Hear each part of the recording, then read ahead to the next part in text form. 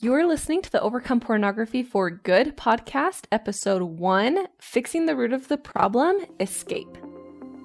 Welcome to the Overcome Pornography for Good podcast, where we take a research-based, trauma-informed, and results-focused approach to quitting porn. This approach has been revolutionary and changed thousands and thousands of lives. I'm your host, Sarah Brewer. Well, hello. I am so excited that you are here. Welcome to the podcast. I've been wanting to do this podcast for such a long time, and I'm so excited to be here recording. I have so much good content for you. If you're someone who wants to quit pornography, this podcast is going to be game changing for you. So again, let me introduce myself really quickly because this is episode 1. My name is Sarah Brewer, and I'm a life coach, a certified life coach who helps people quit pornography for good. And I love, love, love what I do. If you're like most of my clients, you've tried to quit pornography before, but the habit came back. And just here in the beginning, I just want to take a minute and debunk some of the myths that many of my clients, before they start to work with me, believe about why they are viewing pornography. Okay, so really quickly, the reason that you haven't been able to quit porn, the reason that you keep going back to it, isn't because you're not strong enough, isn't because you're not good enough, isn't because you're not righteous or spiritual enough. It's not because something outside of you is making you look, and it's not because there's pornography everywhere in our world. And it's not because there's something wrong with your sex drive. Okay, that is all misinformation. That just isn't true.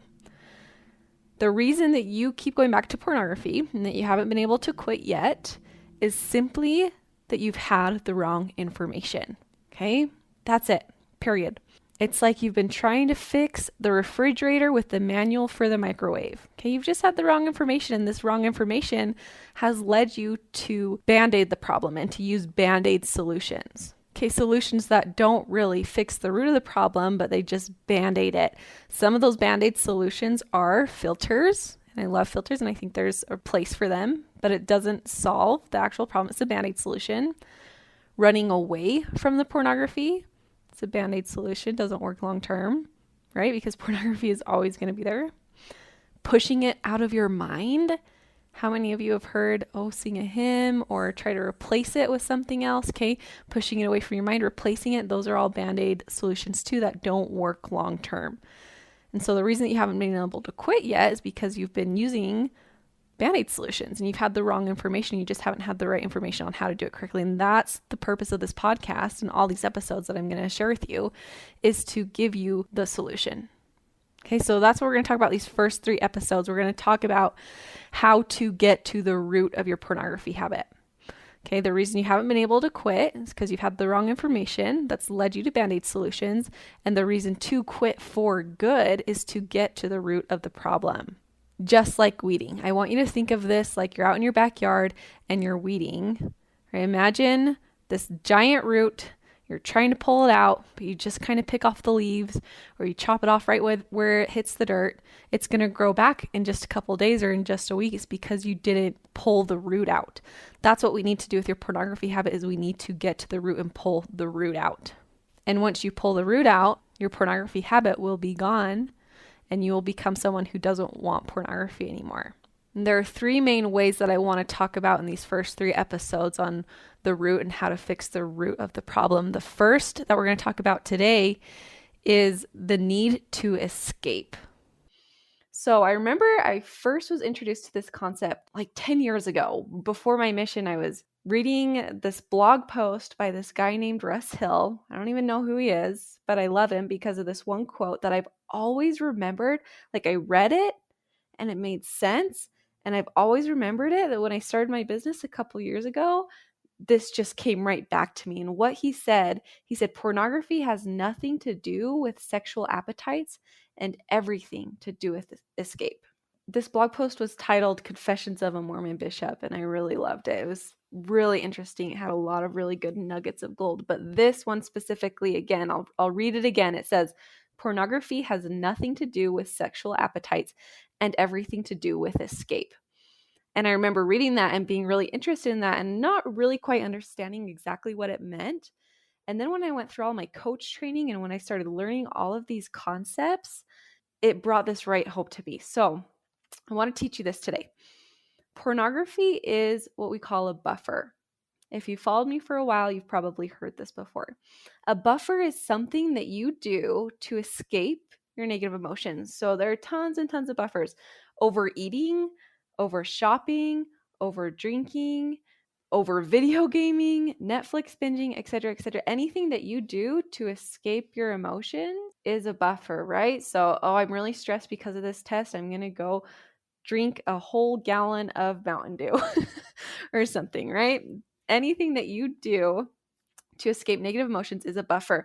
That's the first part of the definition. The second part of the definition is that it always creates a net negative effect. So it's an activity that you do to escape emotion that creates a net negative effect. So your life is always more negative because of this buffer, not more positive. So here's how it might show up with your pornography habit. A lot of the times working with my clients, I see it being an escape of stress around schoolwork. So you're stressed about a class, or you're stressed about a test, or you're stressed about your workload, and you just feel like you need an escape, and so you look at pornography. You can be using pornography to escape shame. I see this a lot, which is so fascinating. When you're not really aware of what's going on in your brain and you just feel so bad about yourself, you don't know why, but it just builds up and builds up and builds up. And then you look at pornography as an escape of feeling bad about yourself. It's like you're buffering away from the shame that creates more shame. And it just is this cycle over and over and over again. That might be what a lot of you are experiencing, especially if you are in a religious setting where you've grown up and you've been taught not to view pornography, you've been taught that it's immoral, you feel shame about looking at the pornography and probably about other things going on in your life. You just don't feel like maybe you're doing what you were sent here to do, or you're doing what you want to be doing in your life. The shame, this something's wrong with me builds up to the point where you can't really handle it anymore, and you need something to escape that shame. And your go-to buffer, your go-to activity of escaping emotions is pornography. So you'll go look at pornography and it gets rid of it for just a second, and then it comes right back, and then you feel more shame. Okay, you might be buffering away from boredom. Maybe you're just not very good at feeling bored. You just don't like feeling bored. And so to escape that boredom, you look at pornography. We're not very good at feeling bored in our world with constant stimuli and internet and TV and just everything at our fingertips. We've really lost this ability to feel bored. So maybe you're buffering from boredom. You might notice that there are certain times in your life where you have a lot of urges to look at pornography. If you're like a lot of my clients, you don't really know why until you understand this concept of buffering. So to share an example, I had a session this last week with one of my clients, and he was like, okay, I'm feeling a lot of urges. Can you help me figure out how I can handle these? What I need to do to process through them, how I can handle this week. We started talking, and I said, okay, well, tell me what's going on in your week. His job was in jeopardy. There was a lot of stress about country events, stuff going on with his family, so much stress. And I was like, no wonder you're having so many urges to look at pornography. You're feeling a lot of a negative emotion. You're feeling a lot of stress and worry and anxiety. He said, yeah, I am. So no wonder you're feeling so many urges. Your body is telling you, your mind is telling you, hey, we've got to escape, we've got to escape, we've got to escape. Okay, does that make sense? So for you, I want you to think about what emotions, what specific times are you most likely to look at pornography? Is it during a test that you're trying to study for? Is it during a fight in a relationship? Is it when you're worrying about something happening? Ask yourself, when am I most likely to look at pornography, and what is my brain trying to solve by looking at the pornography? Maybe shame.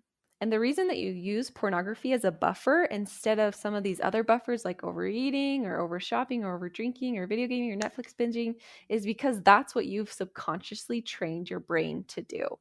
Okay, you might have other buffers. Most of us don't just have one buffer, but the reason that pornography is one instead of, drinking or something else is because that's what you've subconsciously trained your brain to do. So if you would have started drinking alcohol to escape your emotions, your buffer would be alcohol. If you would have started doing drugs, you would be using drugs as a buffer. If you would have started overeating, over shopping, whatever, instead of pornography, that would be your buffer now. and you just didn't know better. It's just what you used because that's what you had, and it's not a problem. We can untrain it. I want you to open yourself up to the idea that nothing's permanent. We can untrain any habit that we want to untrain. So pornography is a buffer. It's a way to escape our emotions that creates a net negative effect. Because what we know is that running from ourselves doesn't work. Running away from our emotions doesn't actually help us escape. That's why that definition of buffer, it has a net negative effect, is so important. Think about it. If you use pornography as a buffer away from shame, looking at the pornography does not solve the root of the shame. It does not solve the root of there's something wrong with me. I need to do something different. There's something wrong with me. In fact, a lot of you experience more shame after looking at the pornography. If you use pornography as a buffer from restlessness, it doesn't solve restlessness. Usually you feel more restlessness after looking at the pornography, and then the next time you feel restless, you'll just have stronger urges. If you use pornography as a buffer from stress, let's say stress from school, it doesn't actually fix the stress from the school. You see what I'm saying? You still have that test or that assignment or that class or whatever it is that you're stressed about. So you're still stressed about that when you're done. Plus, you're stressed from wasting time. Plus, you're stressed from looking at pornography, which is something that you're trying to quit. And not only does it usually create more of the emotion that you're trying to escape, but it also trains your brain to have more urges and to want the pornography when you have that emotion again. So if you're buffering from stress, not only are you more stressed after you buffer, but now you have more urges to look at it when you are stressed. Creates way more negativity than it does escape. Okay, I'm going to say that again because it's really important. Buffers create way more negativity in your life than they create the actual escape. So if you're having this thought that's, oh, pornography is just my buffer, that's okay, I need it to escape my emotions. Yeah, your brain's using it to escape your emotion, but it's not actually working. Okay? It's like your brain's just been tricked. No problem. We just need to remind it that it doesn't actually work. So, if you were to ask yourself one question that would change everything for you with your pornography habit, that one question is, what am I desiring and how can I get it without pornography? Okay, when you feel a strong urge, when you start noticing this urge bubbling up to view pornography, ask yourself, what is it that I really want? And how can I get that without pornography? Maybe what you're desiring is connection. Maybe you typically buffer from loneliness and what you need is some connection. Maybe what you need is to feel good about yourself, right? Maybe you typically buffer from shame, and to actually fix that shame, we need to start feeling good about ourselves and start being kind to ourselves. It's going to take this new skill of delving into what you're feeling and being really open and vulnerable about yourself and what's going on in your emotions. And the best way to do that, so simple. Just grab a paper and a pen and start writing. Okay, this is your assignment from this episode. When you're feeling an urge, when you're feeling some desire to view pornography, grab a paper and a pen and just timer for 10 minutes. Don't hold anything back. Just write whatever is coming up in your brain. Just write, and see what comes up. Okay, it's really, really easy to see what's going on with us. All we need is a paper and a pen. We just need to start writing. You'll go back and you'll read what you wrote and you'll think, oh my gosh, no wonder I'm trying to escape. Look at all these thoughts. Look at how much negativity, or look at the stress or this worry or whatever it is that you're trying to buffer from. You'll see it really clearly on that piece of paper. Some things that you write might be, I hate this. I'm bored. I have nothing to do. I'm antsy. What's wrong with me? Why can't I do anything right? I'm a phony. I should be better. I don't know what to do. I'm stressed. I'm lonely. I hate feeling lonely. I wish I wasn't alone. And from that place, from seeing what's actually going on, you can actually address what's going on. So if you're bored, you can choose to proactively do something that would be fun, that you will feel good about. If it's shame, okay, I go into this a lot in my free training. If shame is something particularly that you seem to struggle with, go listen to that. But how you combat shame is with empathy. So reaching out to people, I love just being so honest. And this is very vulnerable to do, but I love this exercise for you. If this is something that you struggle with, is reach out to someone you trust and say, hey, this is what I'm thinking and feeling about myself. I'm feeling really bad about myself and I need some help. Can you offer me some empathy and love? Can you give that to me? Right? That's a vulnerable thing to do, but that's a really great way to combat the shame. And then, of course, offer that to yourself. Offer empathy to yourself. If you're feeling stressed, you can make a decision. You could tell yourself, I'm just going to make a decision. I'm going to sit with it for the next 12 hours. Or maybe you're feeling stressed about work. Maybe do the work. Make a plan to do the work instead of just trying to run away from it.